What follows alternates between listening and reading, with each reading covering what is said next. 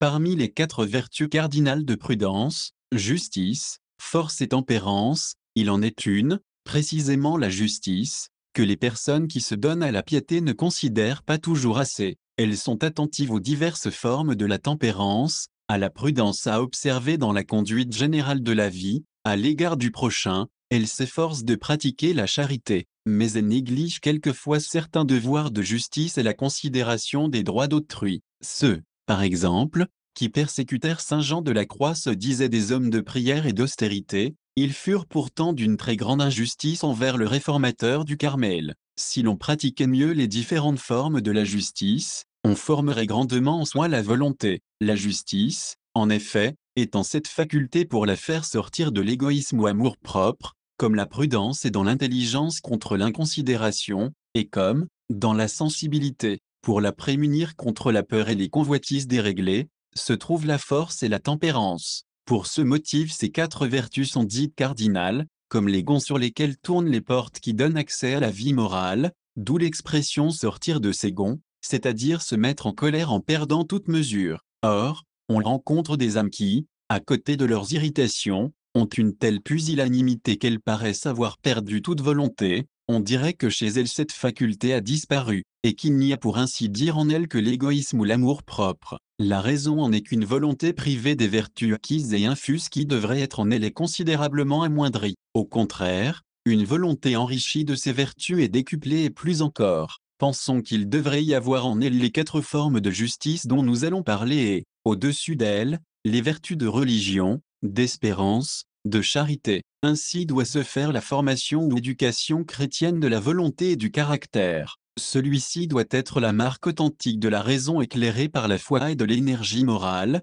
marque imprimée sur le tempérament physique, nerveux, bilieux, lymphatique ou sanguin, tempérament hyperthyroïdien ou hypothyroïdien. Pour que ce tempérament cesse de prévaloir, pour que le chrétien apparaisse vraiment comme un être raisonnable et plus encore comme un enfant de Dieu, nous sommes ainsi conduits à parler, pour cette éducation chrétienne de la volonté, des diverses formes de la justice, auxquelles correspondent plusieurs préceptes du décalogue, qui, après nos devoirs envers Dieu, déterminent ceux que nous devons pratiquer envers nos parents et envers toutes les personnes avec qui nous avons des rapports, le bien d'autrui ne convoitera, faux témoignage ne dira, etc., préceptes auxquels on peut manquer de bien des façons, lorsqu'on oublie pratiquement qu'il ne faut pas faire aux autres ce que nous ne voulons pas qu'on nous fasse à nous-mêmes. Or on ne pense souvent qu'aux formes inférieures de la justice dite commutative, celle qui règle les échanges et défend le vol, la fraude, la calomnie, etc.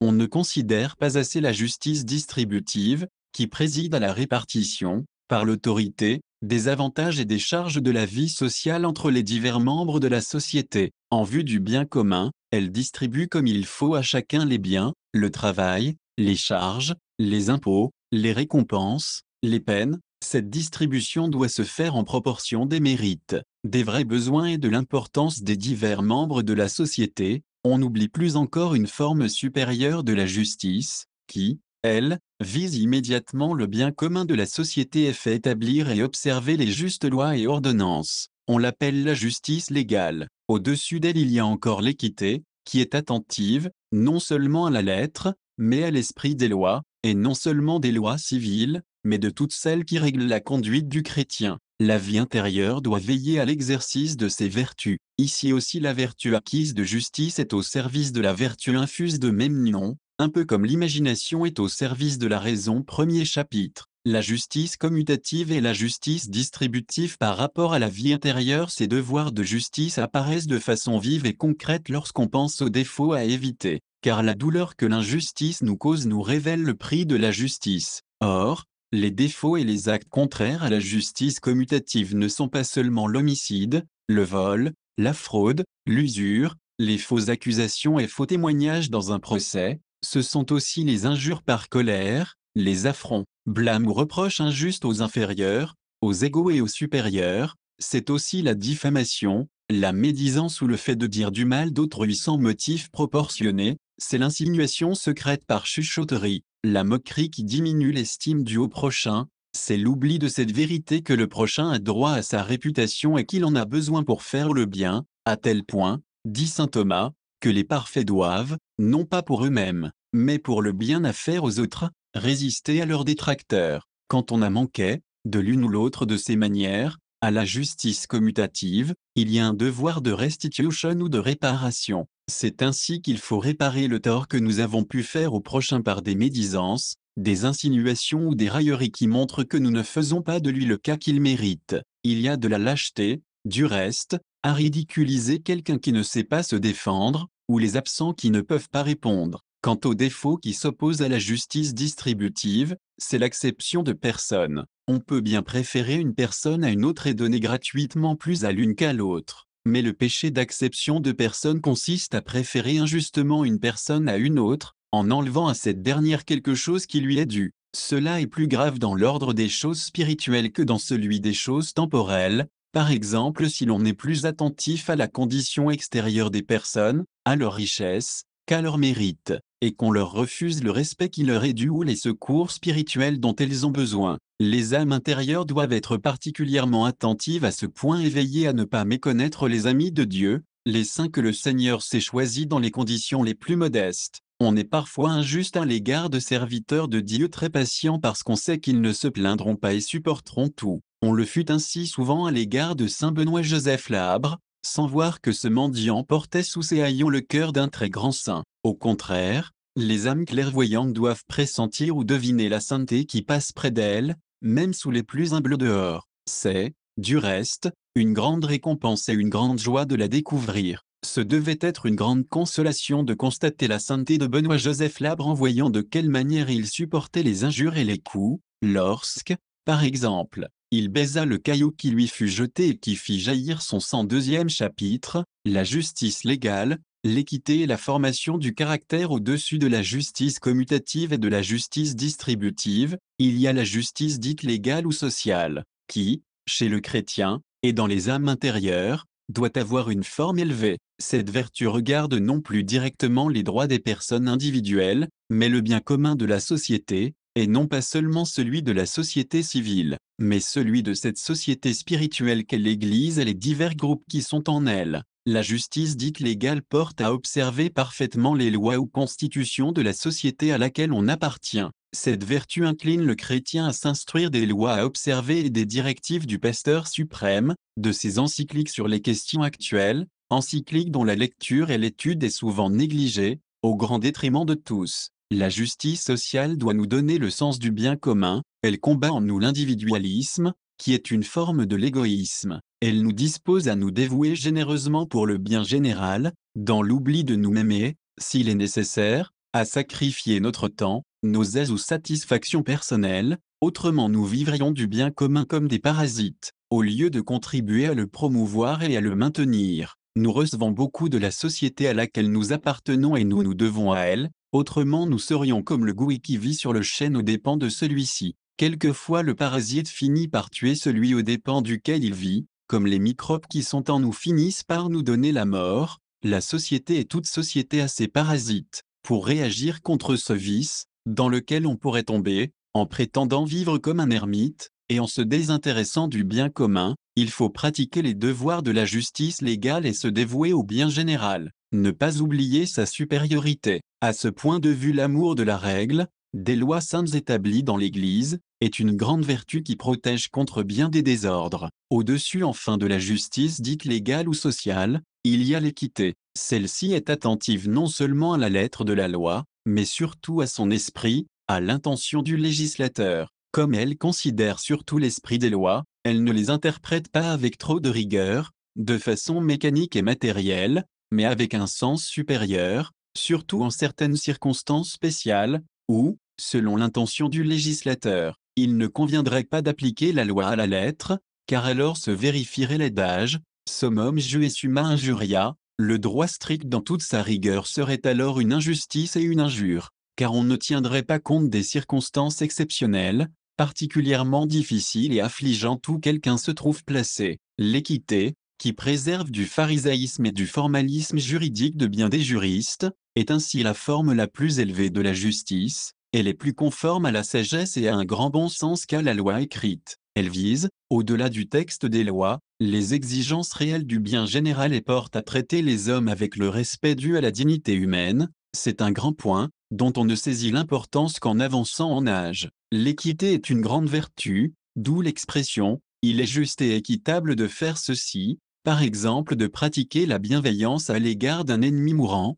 à l'égard de prisonniers de guerre blessés et qui ont besoin de secours. L'équité a ainsi quelques ressemblances avec la charité qui lui est encore supérieure. Si l'on était attentif à ces 4 espèces de justice qu'il faut pratiquer, on éviterait beaucoup de conflits entre les personnes, entre les classes, entre les divers groupes qui doivent travailler à une même œuvre, sous le gouvernement de Dieu. Ces vertus, subordonnées à la charité, augmenteraient aussi considérablement la force de notre volonté, en la sortant de l'égoïsme, en la rectifiant. Elle décuplerait ses énergies et plus encore. C'est à considérer pour l'éducation chrétienne du caractère, qui doit arriver à dominer le tempérament physique et qui doit le marquer à l'effigie de la raison éclairée par la foi. De fait, les vertus acquises font descendre jusque dans le fond de notre volonté la rectitude de la droite raison, et les vertus infuses, la rectitude de la foi et la vie même de la grâce, participation de la vie intime de Dieu. Troisième chapitre. Justice et charité. En connaissant mieux ainsi l'élévation de la justice sous ses différentes formes, on verrait davantage ses rapports avec la charité, qui doit la vivifier d'en haut. Ces 2 vertus ont ceci de commun qu'elles règlent les bons rapports avec les personnes, mais elles diffèrent l'une de l'autre. La justice nous prescrit de donner à chacun ce qui lui est dû et de le laisser user de son droit. La charité est la vertu par laquelle nous aimons Dieu par-dessus tout et, pour l'amour de Dieu, notre prochain comme nous-mêmes. Elle dépasse donc de beaucoup le respect du droit des autres, pour nous faire traiter les autres personnes humaines comme des frères en Jésus-Christ, que nous aimons comme d'autres nous-mêmes dans l'amour de Dieu. Bref, comme le montre bien saint Thomas, la justice regarde le prochain comme une autre personne, en tant qu'autre, la charité le regarde comme un autre nous-mêmes. La justice respecte le droit d'autrui, la charité donne au-delà de ses droits par amour de Dieu et de l'enfant de Dieu. Pardonner veut dire donner au-delà. On s'explique ainsi que, comme le dit saint Thomas, la paix, qui est la tranquillité de l'ordre dans l'union des volontés, est l'œuvre de la justice, d'une manière indirecte, en ce sens que la justice écarte les obstacles à la paix, tels que les torts, les dommages. Mais la paix est directement l'œuvre de la charité, parce que, de sa nature propre, la charité produit la paix. L'amour est en effet une force unitive, et la paix est l'union des cœurs et des volontés. Quatrième chapitre, les vertus annexes à la justice. Dans la vie chrétienne, la justice, ainsi vivifiée par la charité, s'accompagne de plusieurs autres vertus qui lui ressemblent. Parmi elles, il y en a même une qui lui est supérieure, c'est la vertu de religion, qui rend à Dieu le culte qui lui est dû, culte intérieur et extérieur, dévotion, ou promptitude de la volonté au service de Dieu, prière, sacrifice d'adoration, de réparation, de supplication, d'action de grâce. Cette vertu s'oppose à l'irréligion ou l'impiété et aussi à la superstition. Elle nous rappelle en même temps le culte du lit dû au saint et celui d'hyperdulie dû à la mère de Dieu. La religion vient ainsi au-dessous des vertus théologales.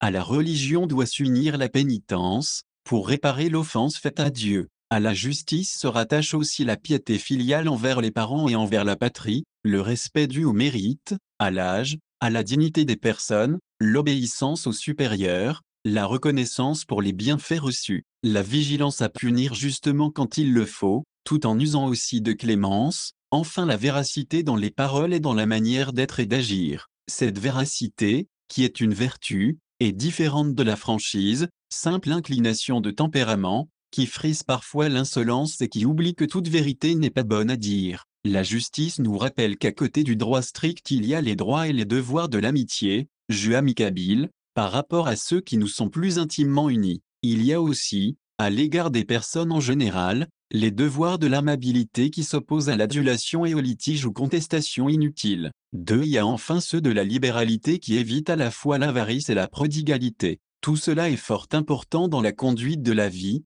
et parfois les personnes qui se donnent à la piété n'y pensent pas assez, elles prennent un peu trop des airs d'ermite, d'une façon plus égoïste que vertueuse. Il arrive même que, sous prétexte de charité, par un zèle amer, nous manquons à la charité et à la justice par jugement téméraire, médisance, insinuation contre le prochain. Si, au contraire, on pratiquait généreusement les vertus dont nous venons de parler, la volonté serait grandement rectifiée et fortifiée, mieux disposée à vivre des vertus plus hautes encore d'espérance et de charité. qui doivent nous unir à Dieu et nous conserver cette union au milieu des circonstances variées de l'existence, au milieu même des plus pénibles et des plus imprévus. Se montrer chrétien jusque dans les moindres actes de la vie, là est le vrai bonheur de celui qui marche à la suite de notre Seigneur. Saint Thomas a décrit les vertus cardinales infuses à leur degré éminent lorsqu'il a dit « La prudence méprise alors toutes les choses du monde pour la contemplation des choses divines, elle dirige toutes les pensées de l'âme vers Dieu.